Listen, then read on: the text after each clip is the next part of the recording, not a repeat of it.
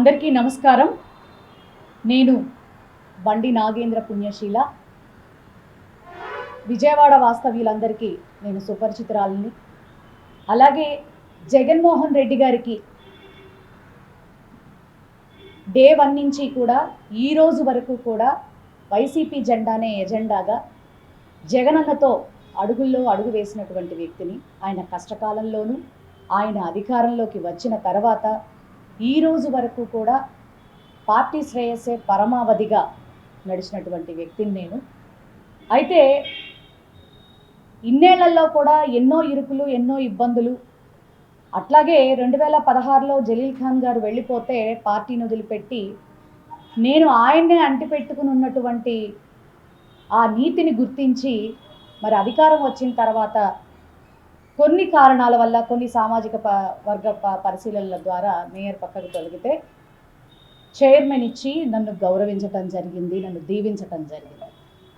అయితే ఈ రోజుకి కూడా మా మీద కుట్రలు అనేవి జరగటం ఆగట్లేదు. ఈరోజు మీడియా ముందుకు నేను ఎందుకు వచ్చానంటే మీకు ఒక వీడియో నేను చూపిస్తాను. ఇది మా 34వ డివిజన్ పరిస్థితి. ప్రభాస్ కాలేజ్ దగ్గర కండెలు అమ్ముకునే వాళ్ళేం చిరు వ్యాపారస్తులు కాదు.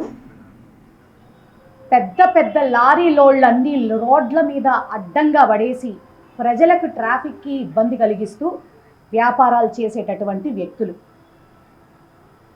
అయితే ఈ విషయం ఈ 3 ఏళ్లలో నేను పెద్దగా పరిశీలన చేయకపోయినా, ఎందుకంటే వాళ్ళు కూడా ఈ డివిజన్లో ఎన్నో సంవత్సరాలు బట్టి ఎక్కడి నుంచో వచ్చి ఇక్కడ బతుకుతున్నా కూడా మేము పెద్దగా పట్టించుకున్నటువంటి పరిస్థితి. అయితే మాకు వచ్చినటువంటి ట్రాఫిక్ సమస్యల నిమిత్తం ప్రజల దగ్గర నుంచి మాకు వచ్చినటువంటి కంప్లైంట్లను బట్టి 6 నెలల క్రితం వీళ్ళ గురించి కమిషనర్ గారికి కంప్లైంట్ ఇస్తే అప్పుడున్నటువంటి ట్రాఫిక్ సిఐ వెంకటరమణ గారు, శానిటరీ ఇన్స్పెక్టర్ గారు, బిల్డింగ్ ఇన్స్పెక్టర్ గారు కమిషనర్ గారి ఆదేశానుసారం ఒక మీటింగ్ పెట్టి మీరు అడ్డదిడ్డాలుగా వ్యాపారాలు చేయకూడదు, లైసెన్సులు లేకుండా వ్యాపారాలు చేస్తే మేము ఒప్పుకునేది లేదు, మిమ్మల్ని ఇక్కడి నుంచి పంపించేస్తామని కూడా ఎన్నో మార్లు చెప్పినా లైసెన్సులు లేని వాళ్ళందరూ నోటీసులు తీసుకోండి అంటే ఆఫీసర్ల మీద జులుం చేస్తూ బతుకుతున్నటువంటి పరిస్థితి.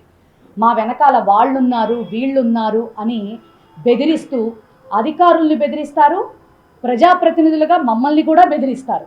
అది పరిస్థితి. అయితే ఇటీవల ఒక వీడియో నా భర్త గారైనటువంటి రాజ్ కుమార్ గారి మీద హల్చల్ చేయించారు.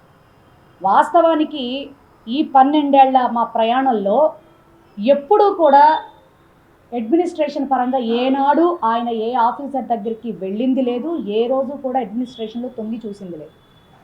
ఈ విషయం చాలాసార్లు ఇంటి దగ్గరకు వచ్చి ప్రజలు మా దగ్గరికి చెప్పిన నేపథ్యంలో ఆయనకు ఒక ఐడియా ఉంది. ప్రోగ్రాం నుంచి గత 13వ తారీఖు వస్తూ ఉంటే కారు దిగి ఏమయ్యా ఎన్నిసార్లు చెప్పాలి, లైసెన్సులు లేకుండా ఇలా అడ్డదిడ్డాలుగా ఇది చేస్తే ఎవరికైనా యాక్సిడెంట్లు అయితే ఏంటి పరిస్థితి అని అడిగినందుకు మా మీద వాళ్ళు అవాకులు చవాకులు పేల్టం జరిగితే ఇది పోలీసు వారి దృష్టికి, కమిషనర్ గారి దృష్టికి తీసుకెళ్తే వీళ్ళని ఇలా కంట్రోల్ చేయటం కాదు, వీళ్ళకి ప్రత్యామ్నాయం ఏదైనా స్థలం చూపించేసి ఇమీడియట్లీగా వీళ్ళని పంపించే ఏర్పాట్లు చేయాలి, అట్లా చేద్దామమ్మా అని చెప్పని పోలీసు వారు మరియు కమిషనర్ గారు కూడా హామీ ఇవ్వటం జరిగింది. అయితే ఇంకొక ముఖ్య విషయం ఏంటంటే ఇది 13వ తారీఖున జరిగింది తెల్లవారుజామున. ఆ రోజున విఎంసీ వారు, పోలీసు వారు ఇద్దరూ కూడా వాళ్ళని మందలించడం జరిగింది. అక్కడతో ఆ విషయం అయిపోతే 16వ తారీఖున వీడియో గ్రూపుల్లో హల్చల్ చేయించారు. 17 అంటే నిన్న కొన్ని పత్రికల ద్వారా అసలు ఆ ఫోటోలో ఉన్న వ్యక్తి ఎవరో మాకు తెలీదు, ఆయనే నా భర్త అని చెప్పని ఎవడో ఫోటోని నా భర్త గారని క్రియేట్ చేస్తూ పత్రికల వారిని కూడా తప్పుదోవ పట్టిస్తూ కొంతమంది ఇన్ఫర్మేషన్లు ఇచ్చి నా మీద బుర్ర జల్లే ప్రయత్నం చేశారు.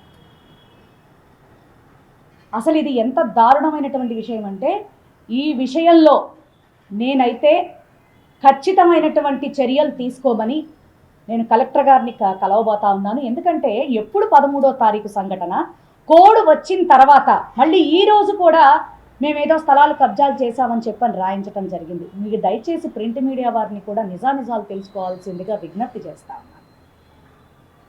దీన్ని ఈ వీడియోల్ని, ఈ పత్రికల్లో వచ్చిన వార్తల్ని మళ్ళీ గ్రూపుల్లోకి ఎవరెవరైతే వైరల్ చేస్తూ ఉన్నారో, మా పరువు ప్రతిష్టలకి భంగం కలిగించే ప్రయత్నం చేసి మా మీద బురద జల్లే ప్రయత్నం చేస్తూ ఉన్నారో వాళ్ళ మీద కలెక్టర్ గారికి, ఈ రోజున సైబర్ క్రైమ్ వారికి కలెక్టర్ గారి ద్వారా నేను దీనికి కారకులు ఎవరో కఠిన శిక్షలు విధించవలసిందిగా, కఠిన చర్యలు తీసుకోవాల్సిందిగా ఈరోజు నేను కంప్లైంట్ ఇవ్వబోతా ఉన్నాను. దీని వెనకాల ఎవరెవరు ఉన్నారో వాళ్ళందరూ బయటకు వచ్చేదాకా నాకు పోరాటం ఆగదు.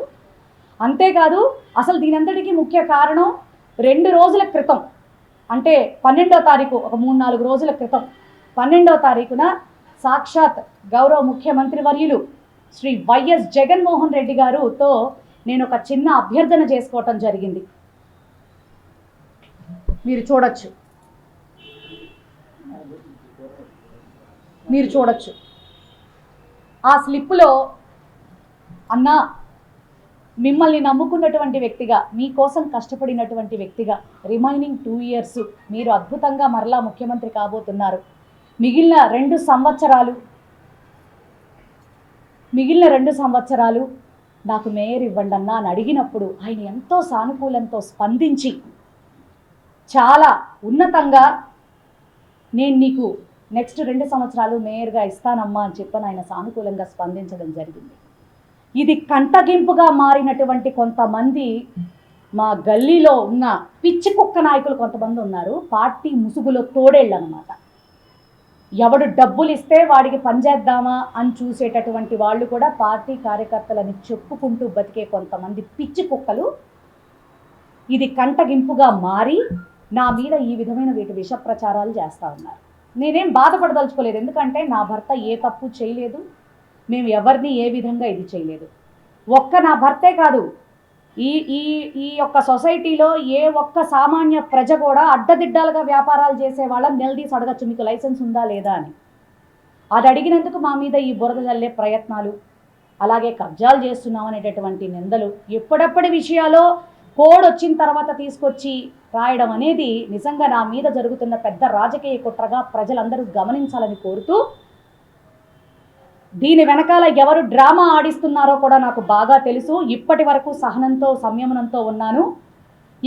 ఖచ్చితంగా అతి త్వరలో 2019 జగన్మోహన్ రెడ్డి గారు అధికారంలోకి వచ్చిన దగ్గర నుంచి ఈ రోజు వరకు కూడా నా వెనక జరిగిన ప్రతి రాజకీయ కుట్రని, అలాగే విజయవాడలో జరిగిన పరిస్థితుల్ని అన్నిటినీ కూడా అధిష్టానం దృష్టికి తీసుకువెళ్ళి ఖచ్చితంగా నా కార్యాచరణ చూపిస్తానని చెప్పని ఇది ప్రజలందరూ కూడా గమనించాలని, నిజంగా కష్టపడిన వ్యక్తికి ఒక అప్డేట్ రావటం కంటగింపుగా మారి పార్టీలో ఉన్న పార్టీ ముసుగేసుకున్న కొంతమంది డివిజన్లో తోడేళ్లే ఇట్లా చేస్తూ ఉంటే నిజంగా చాలా బాధాకరం. ఈ విషయాలన్నీ ఖచ్చితంగా అధిష్టానం దృష్టికి తీసుకువెళ్ళబోతా ఉన్నాను. మరి ఖచ్చితంగా ఈ విషయాన్ని ఏ రీతిగా నేను ఎదుర్కోవాలో ఆ రీతిగా ఎదుర్కొంటాను. సైబర్ క్రైమ్ ద్వారా ఎవరైతే మా మీద విషయం జల్లడానికి ప్రయత్నం చేస్తున్నారో వాళ్ళకి తగిన బుద్ధి చెప్తారు. అందరికీ నమస్కారం అండి. మేము ఈ స్థానిక 34వ డివిజన్లో ఉంటాము. మాకు మేడం గారు ఎంతో, మేము చేసిన వర్క్కి మేడం గారికి ఒక పదవి వచ్చిన వెంటనే మా డివిజన్ తరపు నుంచి 9 మందికి ఉపాధి కల్పించడం అనేది జరిగిందండి. ఏ ఒక్కరికి కూడా ఒక్క రూపాయి కూడా తీసుకున్నదైతే లేదు. మా 9 మంది కూడా మేము సాక్ష్యం ఇవ్వడానికి రెడీగానే ఉన్నాం. ఈరోజు పేపర్లో వచ్చిన కథనం ప్రకారం కబ్జా అని చెప్పి అంటున్నారు. అది ఆ మాటలో ఏమాత్రం వాస్తవం లేదండి. మా పూర్వీకులు, మా తాతగారు ముత్తాతగారు టైంలో అక్కడ పాకలు వేసుకొని ఉండేవాళ్ళు. ఆ టైంలో ఆ పాకలు ఉన్నది. తర్వాత మా స్థానానికి వచ్చేసరికి మా ఆర్థిక పరిస్థితి బాగాలేక మేము ఎమ్మెల్యే గారు అయినటువంటి వెల్లంపల్లి శ్రీనివాస్ గారిని ఎంతో రిక్వెస్ట్ చేసి అడగగా అక్కడ నాకు ఇల్లు వేసుకోవడానికి అవకాశం ఇప్పించారు. ఆయన ఎంతో సహాయం కూడా చేశారు. దానికి కాను మేడం గారికి ఆపాదించడం కూడా ఆ మాట ఎంతవరకు సహజమో నాకు తెలియటం లేదండి. దయచేసి ఈ విషయాన్ని ప్రతి ఒక్కరు గమనించాల్సిందిగా కోరుచున్నాము. ఈరోజు పేపర్లో వేసిన ఫోటో గత సంవత్సరం మన ఉగాది టైంలో, దసరా టైంలో వచ్చిన ఫొటోస్ని మళ్ళీ ఇప్పుడు కోడ్ వచ్చిన వెంటనే ఈ రకంగా మళ్ళీ తీసుకురావడం అనేది కేవలం ఇది మేడం గారి మీద బురద జల్లడానికే తప్ప ఇంకే కారణాల వల్ల జరగడం లేదు. దయచేసి ఈ విషయాన్ని ప్రతి ఒక్కరు గమనించవలసిందిగా కోరడం. నమస్కారం. మేము గత 60 ఏళ్ళుగా ఇక్కడే స్థానికులుగా ఉంటున్నామండి. మా పూర్వీకులు మేము అయితే ఇక్కడ మ్యాంగో మార్కెట్ కట్టి ఒక 50 ఏళ్ళు అవుతుంది. అప్పటి నుంచి కూడా మా పూర్వీకుల కాడి నుంచి ఇప్పటి వరకు కూడా ట్రాఫిక్ సమస్యగా మారిందండి. ఎన్నో సంవత్సరాలు చెప్పుకొస్తున్నా కానీ కమ్యూనిస్ట్ వాళ్ళు కానీ కాంగ్రెస్ వాళ్ళు కానీ ఎంతమంది చెప్పినా కూడా ఎవరు అట్లా. ఇప్పుడు రాను వాళ్ళకి ఎక్కడో మ్యాంగో మార్కెట్ ఎక్కడో ఇచ్చారు ఉన్న దగ్గర, అక్కడ వదిలేసి అన్నీ ఇక్కడే పెట్టేసి ట్రాఫిక్ సందు ఇది చూడండి, సందు ఇళ్ల ముందు పెట్టేస్తారు వాహనాలు. ఇళ్ల ముందు పెట్టేస్తే అధికారులు ఎంతమంది చెప్పినా ఎవరు పట్టించుకోవాలా. మన మేడం గారికి దృష్టి తీసుకొచ్చి చెప్పారు. చెప్పిన తర్వాత మేడం గారు కమిషనర్ కండ్లోళ్ళు పళ్ళోళ్ళు వీళ్ళ బళ్ళు వాహనాలన్నీ ఇంట్లో ముందు చెప్తుంటే ఇళ్ళ వాళ్ళందరూ వచ్చి మేడం గారి దగ్గరికి వచ్చి వినిపించుకోవడం జరిగింది.